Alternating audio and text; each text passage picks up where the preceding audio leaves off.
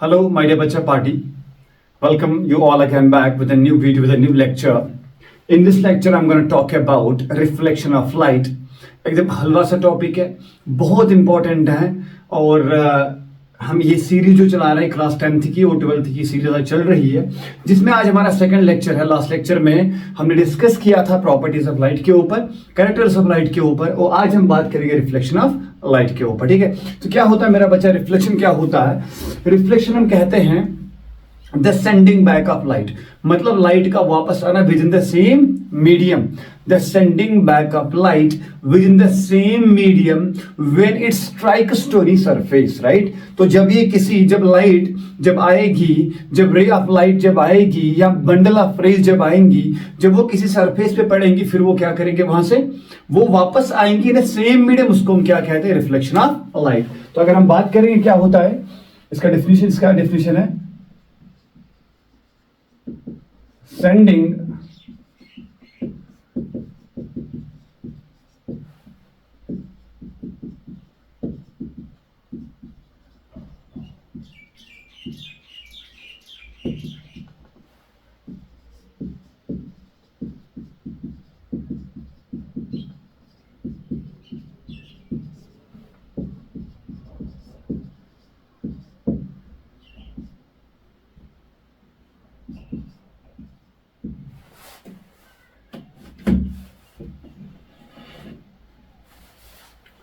ठीक है, ये हो गया। क्या हमने बोला कि sending back of light, light को वापस भेजना with in the same medium, मतलब उसी मीडियम में भेजना जिस मीडियम से लाइट आई है। ठीक है, the same medium after striking to any surface. तो अगर ये किसी सरफेस पे टकराएगी, टकराने के बाद फिर से उसी मीडियम में जाएगी जिस मीडियम से लाइट आई है। इस फिनोमेना को हम क्या कहते हैं? Reflection of light. ठीक है, लेट्स अज्यूम दैट हियर, देखिए ये हमारा कोई सरफेस है, सपोज करके this is surface M, surface का नाम दिया मैंने।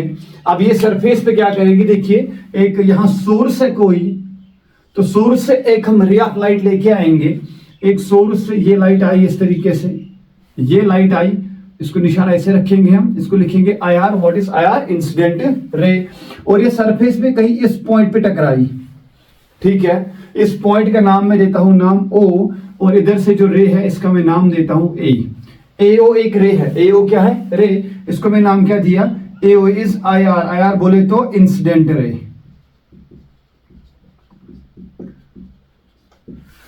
एक ऐसी रे जो सोर्स से आएगी, फिर किस पे फॉल करेगी मेरा बच्चा? फिर वो फॉल करेगी सरफेस के ऊपर। इसको मैं क्या नाम देता हूं? ये होती है इंसिडेंट रे। बात समझ आई? क्लियर है? उसके बाद मैंने क्या कहा? इस पॉइंट ओ के ऊपर, इस पॉइंट ओ के ऊपर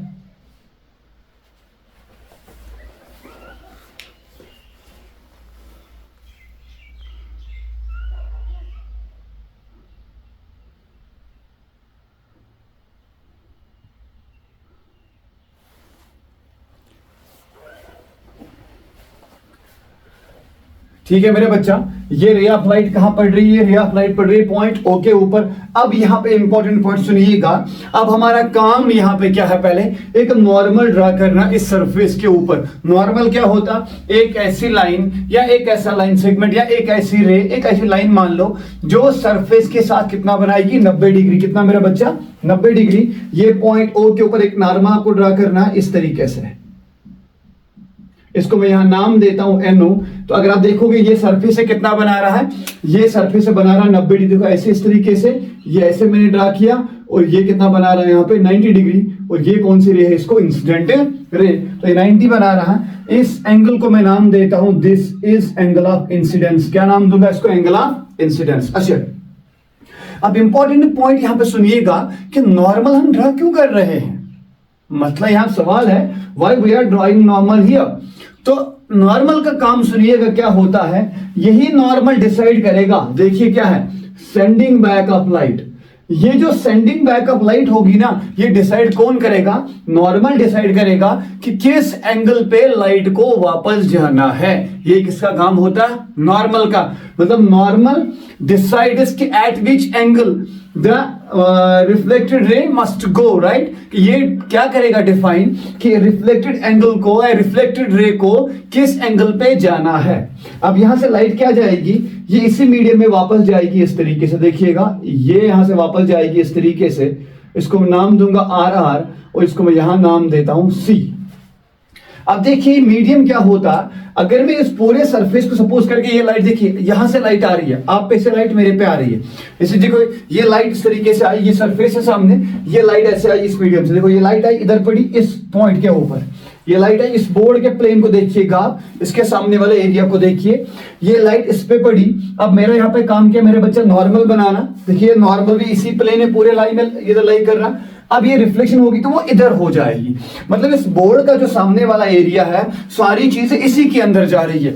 इसी मीडियम से लाइट आई थी, इसी मीडियम में नॉर्मल भी लाई कर रहा और इसी मीडियम के अंदर लाइट वापस भी जा रही है। इस फिनोमेना को हम क्या कहते हैं, रिफ्लेक्शन ऑफ लाइट। और इस एंगल को हम नाम देते हैं angle r, that is reflected angle. क्या नाम इसका बच्चा, रिफ्लेक्टेड एंगल। देखिएगा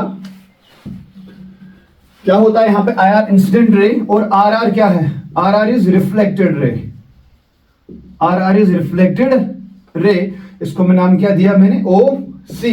एंड यहां पे क्या है, यहां पे ओ एन जो है ये एक नॉर्मल है, और नॉर्मल का काम क्या होता है, ये डिसाइड करेगा कि किस एंगल पे रिफ्लेक्शन को जाना है, राइट। ठीक है, फिर ये पॉइंट ओ को क्या कहते हैं, पॉइंट ऑफ इंसिडेंस। क्या कहते हैं, पॉइंट ऑफ इंसिडेंस।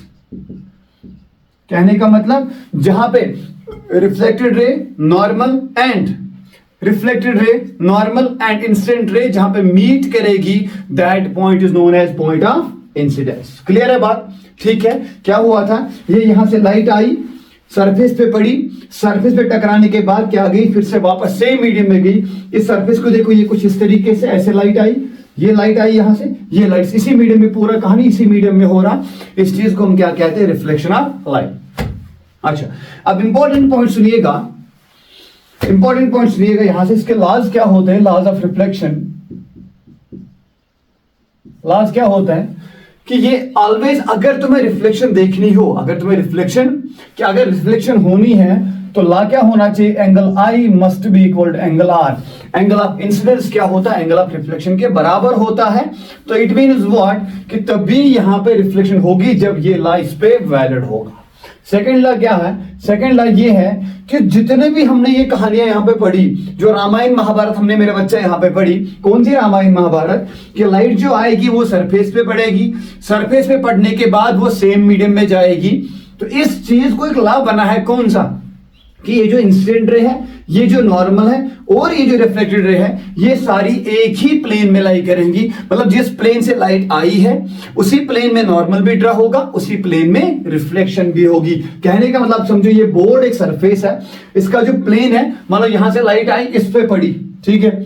अब इस पे पढ़ने के बाद नॉर्मल भी इसी पे लाई होगा और रिफ्लेक्शन भी इसी में होगी, इस पूरे सामने वाले सरफेस एरिया के ऊपर। इसको हम क्या कहेंगे, कि ये सारी चीजें एक ही पॉइंट में लाई कर रही है। तो क्या लिखूं मैं, कि एंगल ऑफ इंसिडेंस, यहां लिखेंगे ऐसे, the incident ray, the reflected ray and normal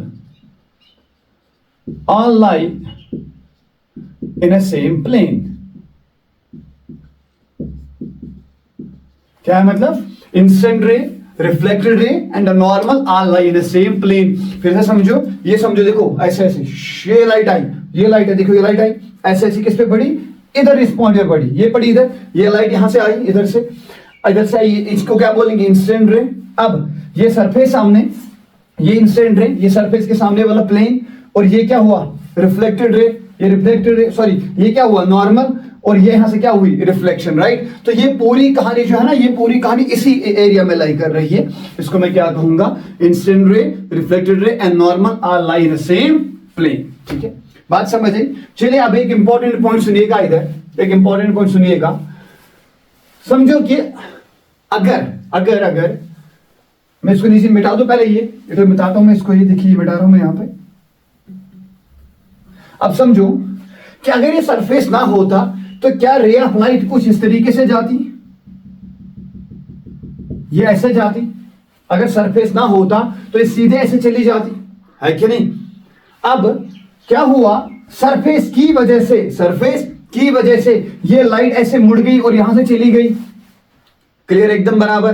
क्या अगर सरफेस ना होता तो लाइट ऐसे सीधे चली जाती? क्या लाइट ऐसे नहीं जाती अगर सरफेस नहीं होता? ऐसे लाइट नहीं जाती। अब सरफेस ने क्या किया, जैसे समझिए लाइट आई ऐसे गई, ऐसे जैसे लाइट पड़ी, मैंने यहां पे सरफेस लगा दिया तो लाइट ने क्या किया, लाइट ऐसे मुड़ गई। ठीक है, अब ये लाइट जितना मुड़ेगी ना ऐसे अपने रास्ते से, इसको मैं नाम देता हूं डेल्टा।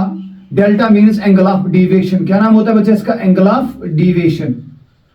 ठीक है, एंगल ऑफ डिविएशन क्या होता है? एंगल ऑफ डिविएशन ये हमें बताता है कि जो लाइट सरफेस पे आई, अगर सरफेस ना होता तो लाइट सीधे चली जाती। सरफेस के डालने की वजह से लाइट अपने रास्ते से कितना मुड़ जाएगी, इसको हम क्या कहते हैं? Angle of deviation.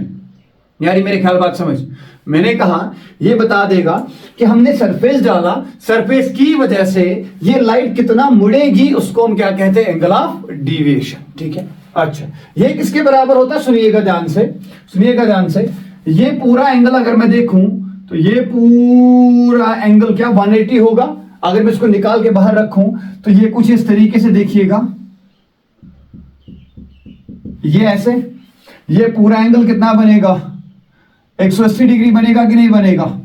ये पॉइंट ओ है ना हमारे पास इधर, ये पॉइंट ओ इधर हमारे पास, और ये एंगल कितना बनेगा? 180 डिग्री, 180 डिग्री। अब यहां से क्या हो रही है, इसको यहां से इसको ऐसे रिफ्लेक्शन हो रही है ना, ये कौन सी रे है? Reflected ray. ये कौन सी है? Incident ray. और यहां आपने बीच में क्या ड्रा किया मेरा बच्चा? यहां आपने बीच में एक नॉर्मल ड्रा किया और ये बना एंगल आई, ये बना एंगल आर, और ये बना एंगल डेल्टा। कितना मुड़ गई ये, और हमें पता है एंगल आई होता है एंगल आर के बराबर। एज्यूम करके देखो कि अगर मैंने माना कि ये एंगल भी थीटा है और ये एंगल भी क्या है मेरा बच्चा? थीटा है। तो अगर मैं यहां देखूं तो हम क्या करेंगे? हम लिखेंगे theta plus angle delta is equal to 180, क्योंकि मैंने क्या बोला, ये एंगल थीटा, ये एंगल भी कितना मेरा बच्चा? थीटा, और ये पूरा एंगल कितना है? 180 के बराबर। और डेल्टा क्या निकलेगा? जिस 2 theta plus delta is equal to 180। तो थीटा यहां चला जाएगा तो डेल्टा की वैल्यू कितनी आएगी? डेल्टा की वैल्यू आएगी 180 माइनस 2 टाइम्स थीटा। और 180 का एक और नाम देते हैं, पाई एंगल देते हैं नाम इसको, और लिख सकते हैं theta is equal, sorry delta is equal to pi minus 2 times theta. So this is the formula for angle of deviation. किसके लिए? और यहाँ पे सिंगल रिफ्लेक्शन हो रही है, मल्टीपल के लिए अलग पढ़ेंगे हम।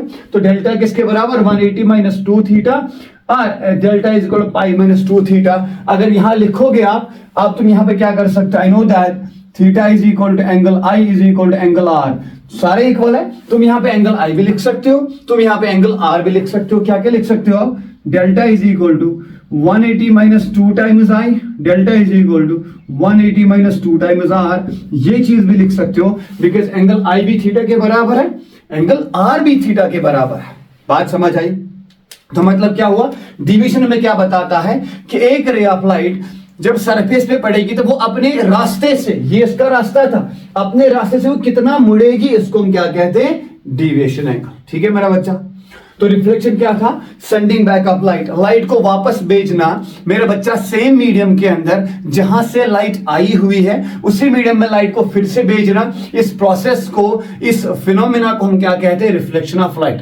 इसके दो लॉज होते हैं। क्या होता है कि एंगल आई होता है एंगल आर के बराबर, while angle I is angle of incidence. मतलब क्या?